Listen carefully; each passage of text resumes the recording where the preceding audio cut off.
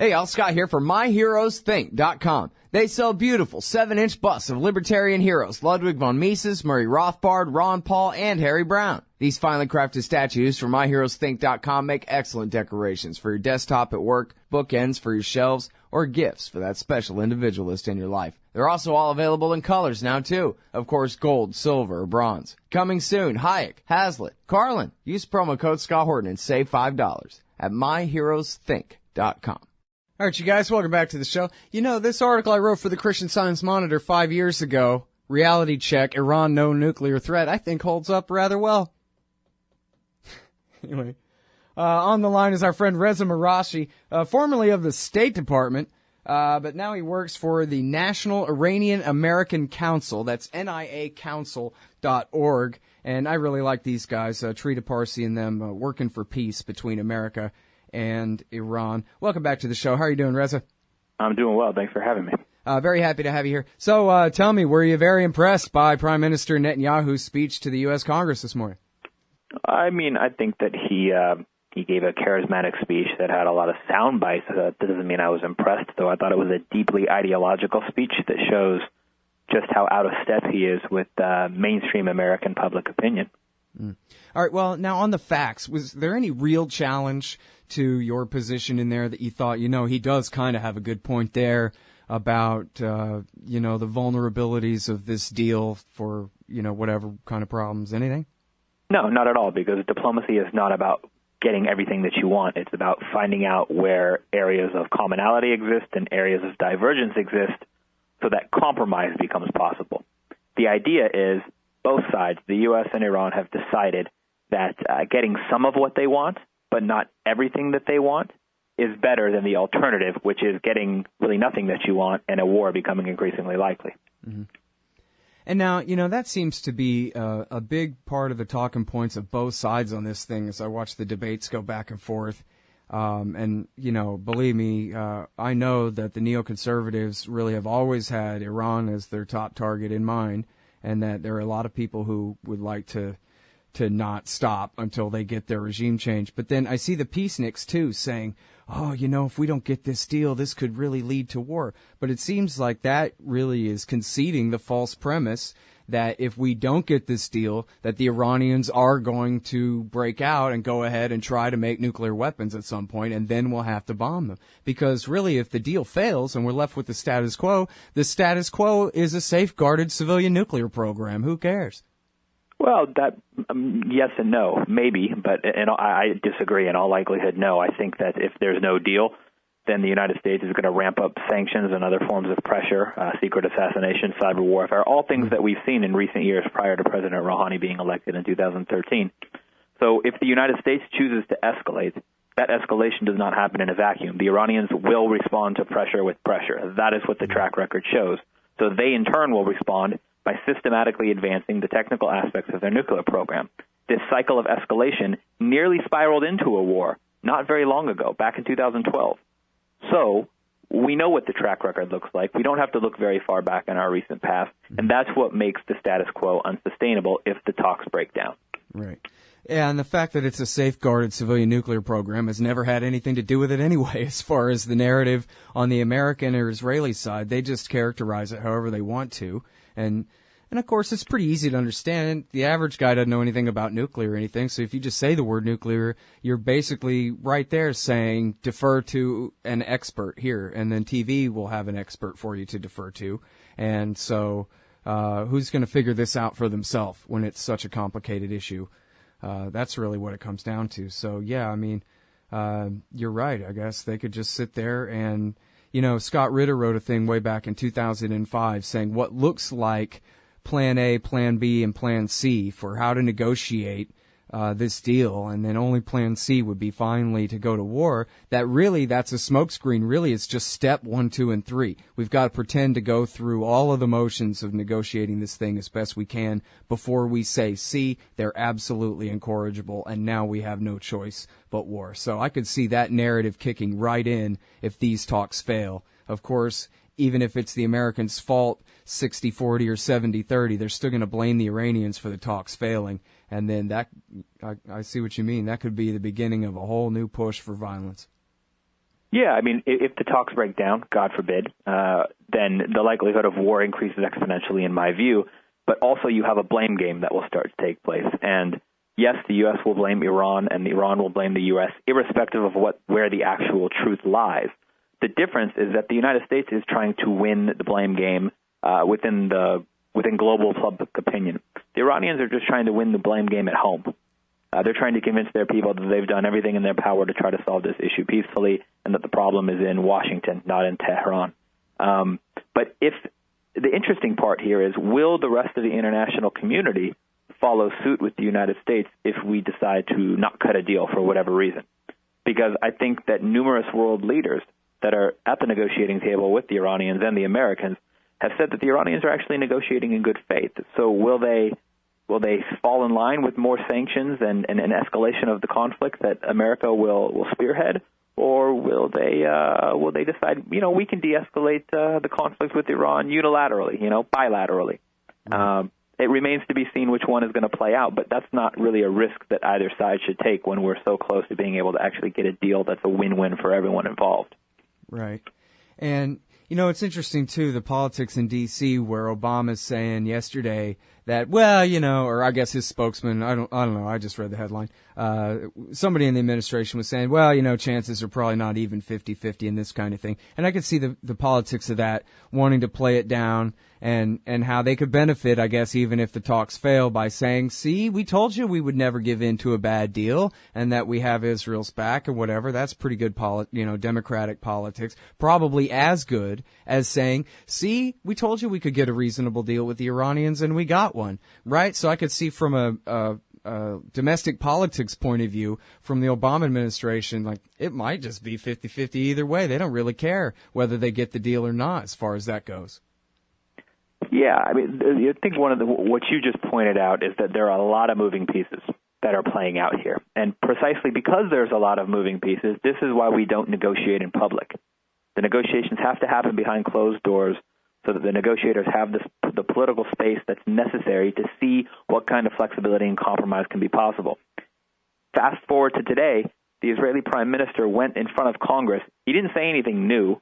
The whole reason why he did this was to try and blow the negotiations open into the public eye so that everybody can take a look and see what's happening. And that puts more pressure on the negotiators. It reduces their flexibility and increases the likelihood that they cannot take yes for an answer. So precisely because all of these moving pieces are so delicate and so difficult to iron out, he wants it to be done publicly so that there's going to be, 100, 200, 300 negotiators in the room instead of the handful that we need to get things done. Mm-hmm. I couldn't help but think this morning of the Leverett's argument that Obama should have just gone to Tehran and shaken hands with the Ayatollah and said, now we're friends, now let's negotiate all of these other issues, Nixon goes to China style, because there was Netanyahu saying, oh, come on, you're going to make a nuclear deal with the Iranians who still give money to Hamas? You're going to make a nuclear deal with the Iranians who do 100 other things that I don't like? All of those issues should have to be resolved before we make any kind of nuclear deal with them, which is exactly what the Leveretts were saying would happen, right? That all the other extraneous issues would be used to try to derail the centerpiece, which is the nuclear program. And I'm sorry, of course, I talked us right up to the break like I always do, but hold tight right there. We'll be right back, everybody, with Reza Marashi from the National Iranian American Council. That's niacouncil.org. In America today, teachers, cops, judges, and other so-called public servants make far more than the average taxpayer. And their pensions, well, if the people knew, they'd join us. That's where you come in. Taxpayers United of America is embarking on a great new project to train activists how to take on the parasites in your communities. The entire process, from prying loose the facts to disseminating the truth to the people. The first of these great workshops is in Orlando, Saturday, March 7th. It's just $25. For more information, go to taxpayersunited.org/govpensions. All right, you guys. Welcome back to the show. I'm Scott Horton. It's my show, The Scott Horton Show. I got Reza Marashi on the line. He's from the National Iranian American Council.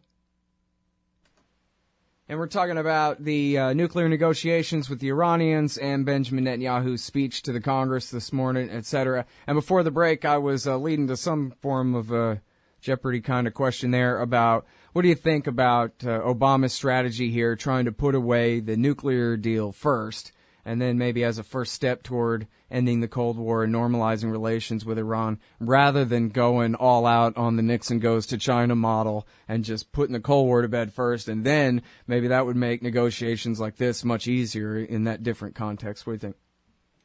Well, I think that while I understand where Obama's coming from and I acknowledge the domestic political constraints, I would like to think that we could walk and chew gum at the same time and discuss more than one issue at once. But, having spent some time in the U.S. government, I also understand how the nuclear issue has become the 8,000-pound gorilla in the room that really preoccupies everybody else's attention, sucks all the air out of the room, and prevents folks from having the ability, the flexibility to address the other issues, regional security concerns, et cetera, et cetera. So while I would like it if we did more, I'm happy we're just doing something at all, because there was a very long time, decades, where we were doing nothing.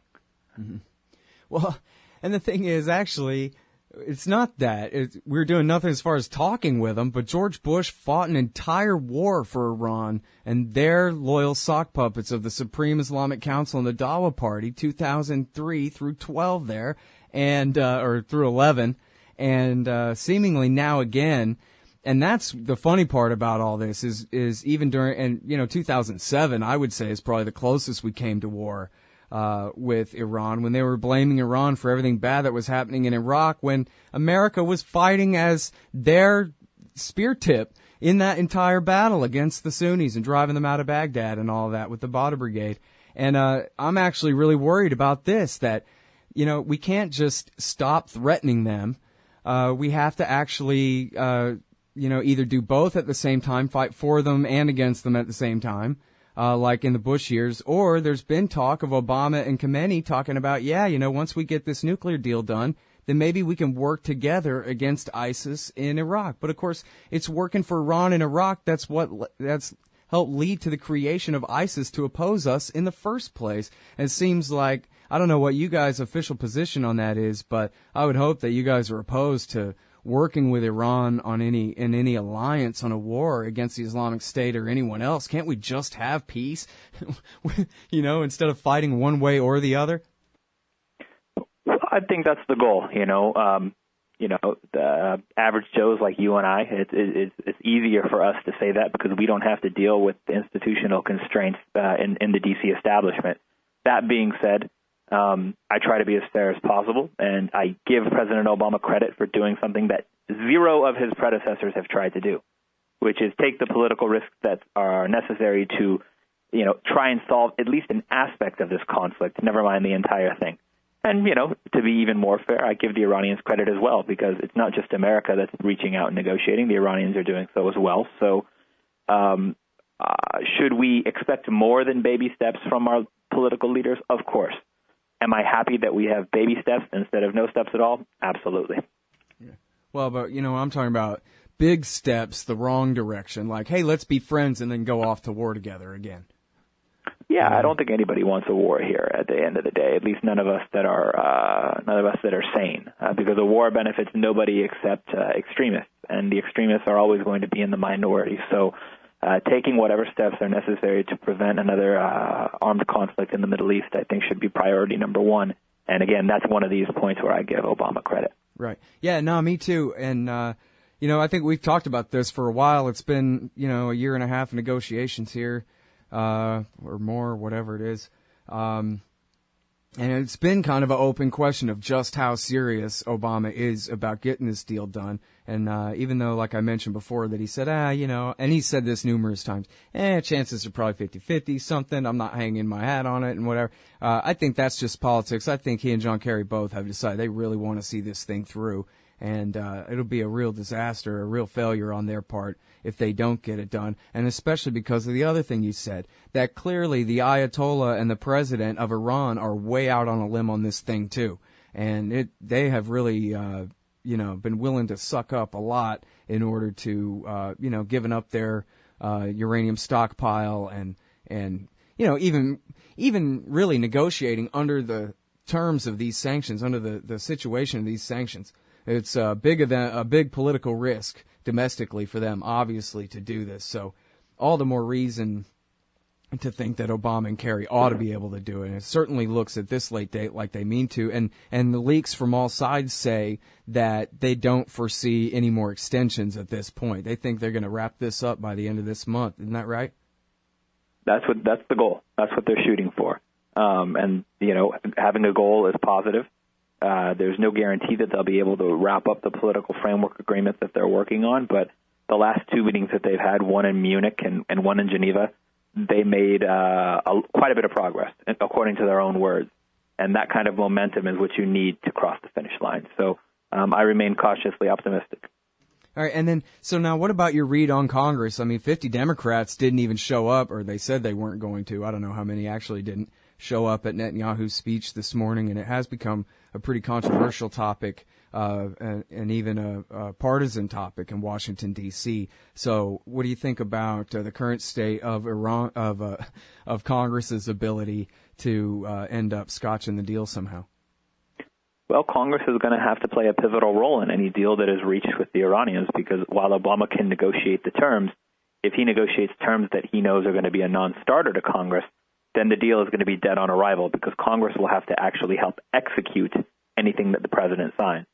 So Obama is going to take into account what the various interests of Congress are, and he's going to have some work that he's going to need to do in order to peel off members of Congress to support him instead of a foreign leader like the Israeli prime minister. But at the end of the day, I do think it's possible. It's going to require a lot of heavy lifting, and it's going to require a lot of political will. But the tangible benefits of getting this deal done are so obvious and so plainly clear as day that I think it will sell itself. And that's where we're at. So hopefully that's what will happen. But time will tell. Remains to be seen. Yeah, debating the deal before it's done is one thing, but if the President of the United States is saying, listen, I have this deal here, Congress, and I would like for you to not screw it up, that's kind of a whole different topic at that point. And, if it comes to a president trying to start a war and Congress getting in his way, that's great. But when a president's trying to make peace, it seems like they better not, obstruct. I think the politics there at that point will have shifted toward the president pretty far if he has a deal in hand. So, I sure hope you're right. It seems like you are. But anyway, so thank you so much for coming on the show and telling us what you think, Rez. I appreciate it. My pleasure. Thanks for having me. Good to talk to you again. That's Reza Marashi. He's at the National Iranian American Council. That's niacouncil.org, niacouncil.org. And they have an official statement out here from, I guess, their president or director, Trita Parsi here, NIAC statement on Netanyahu's speech. You can find that on my Twitter feed or just at niacouncil.org. Hey, y'all, Scott Horton here for Liberty.me, the social network and community-based publishing platform for the liberty-minded. Liberty.me combines the best of social media technology all in one place and features classes, discussions, guides, events, publishing, podcasts, and so much more. And Jeffrey Tucker and I are starting a new monthly show at Liberty.me, Eye on the Empire. It's just $4 a month if you use promo code SCOTT when you sign up. And hey, once you do, add me as a friend on there at scotthorton.liberty.me. Be free. Liberty.me. Hey, y'all, Scott Horton here. Are you a libertarian and or peacenik? Live in North America? If you want, you could hire me to come and give a speech to your group. I'm good on the terror war and intervention, civil liberty stuff, blaming Woodrow Wilson for everything bad in the world, Iran, central banking, political realignment, and, well, everything. I can teach markets to liberals and peace to the right. Just watch me. Check out scotthorton.org/speeches for some examples and email me, scott@scotthorton.org for more information. See you there.